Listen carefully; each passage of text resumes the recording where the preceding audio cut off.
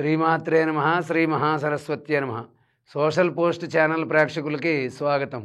ఓం శుక్లాంబరధరం విష్ణుం శశివర్ణం చతుర్భుజం ప్రసన్నవదనం ధ్యాయే సర్వవిఘ్నోపశాంతయే శారదా శారదా అంబోజ వదనా వదనాంబుజే సర్వదా సర్వదాస్మాకం సన్నిధిం క్రియాతు. శ్రీమాత్రే నమః శ్రీ మహాసరస్వత్యే నమః.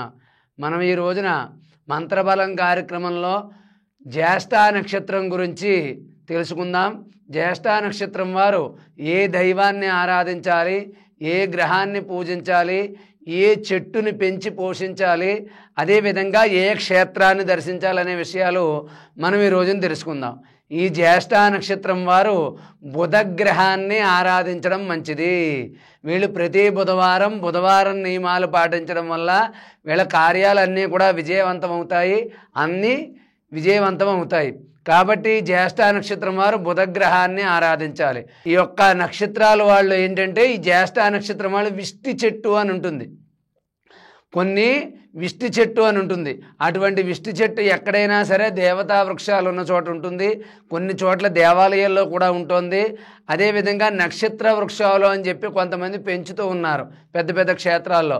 అటువంటి చోటకు వెళ్ళినప్పుడు కానీ లేదా మీ దగ్గరలో ఎక్కడైనా ఉంటే కనుక ఈ విష్టి చెట్టు ఎక్కడ ఉన్నా దాన్ని నీళ్లు పోయడం, దాన్ని పెంచడం అనేటటువంటివి చేస్తే జ్యేష్ఠ నక్షత్రం వారికి అంతా మంచిగా జరుగుతుంది. అదేవిధంగా జ్యేష్ఠ నక్షత్రం వారు మహావిష్ణువుని కానీ నరసింహస్వామిని కానీ కృష్ణుణ్ణి కానీ ఆరాధించడం మంచిది. ఈ జ్యేష్ఠ నక్షత్రం వారు నరసింహస్వామిని ఆరాధించడం వల్ల మంచి అనుకూలమైనటువంటి ఫలితాలు అనేవి కలుగుతాయి.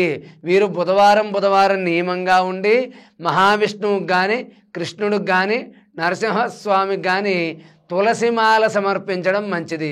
అదేవిధంగా ఓం నమో నారాయణాయ, ఓం గం గణపతయే నమః, ఈ రెండు మంత్రాలు కూడా వీళ్ళు ఎప్పుడూ చదువుకోవడం మంచిది. జ్యేష్ఠ నక్షత్రం వాళ్ళు ఎందుకంటే ఆధిపత్యం వహించే స్థాయిలో ఉంటారు జ్యేష్ఠ నక్షత్రం వాళ్ళు ఎప్పుడూ కూడా. కాబట్టి ఓం గం గణపతయే నమః, ఓం నమో నారాయణాయ నమః, ఈ రెండు మంత్రాలు కూడా వీళ్ళు ఎప్పుడూ చదువుకోవడం మంచిది.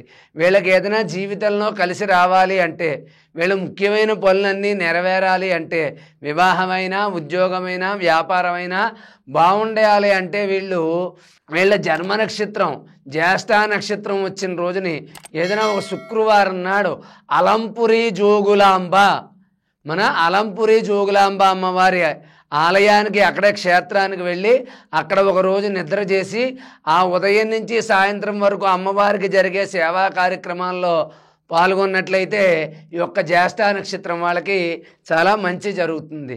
కాబట్టి వీళ్ళు పూజించవలసినటువంటి దైవం నరసింహస్వామి, విష్ణుమూర్తి, అలాగే గణపతి. వీళ్ళు ఆరాధించవలసినటువంటి గ్రహం బుధగ్రహం.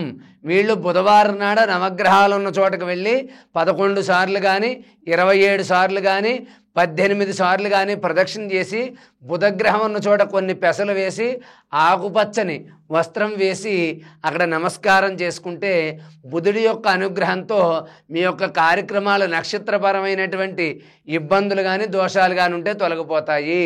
అందుకే జ్యేష్ఠ నక్షత్రం వారు ఆరాధించవలసిన గ్రహం బుధగ్రహం. మీరు ఆరాధించవలసినటువంటి దైవం మహావిష్ణువు, గణపతి. మీరు పఠించవలసినటువంటి మంత్రం ఓం నమో నారాయణాయ, ఓం గం గణపతయే నమః. మీరు పెంచి పోషించవలసినటువంటి చెట్టు పేరు విష్టి చెట్టు. దేవతా వృక్షాలు ఉన్న చోట ఉంటుంది, బాగా పుణ్యక్షేత్రాల్లో ఉంటుంది. మన తిరుపతి, అలాగే కాణిపాకం, అలా పెద్ద పెద్ద పుణ్యక్షేత్రాల్లో దేవతా వృక్షాలు పెంచుతున్నారు. ఆ పెంచే చోట తప్పకుండా ఈ చెట్టు ఉంటుంది. ఆ విష్ణు చెట్టుకు నీళ్లు పోయడం, ఆ చెట్టుకి నమస్కరించడం అనేది కూడా మీకు విశేషమైన ఫలితాన్ని కలగజేస్తుంది. కాబట్టి ఈ యొక్క జ్యేష్ఠ నక్షత్రం వారు బుధవారం ఎప్పటికీ నియమాలు పాటించండి. ఓం నమో నారాయణాయ మంత్రాన్ని పఠించండి. నరసింహస్వామిని, విష్ణుమూర్తిని అధికంగా పూజించండి.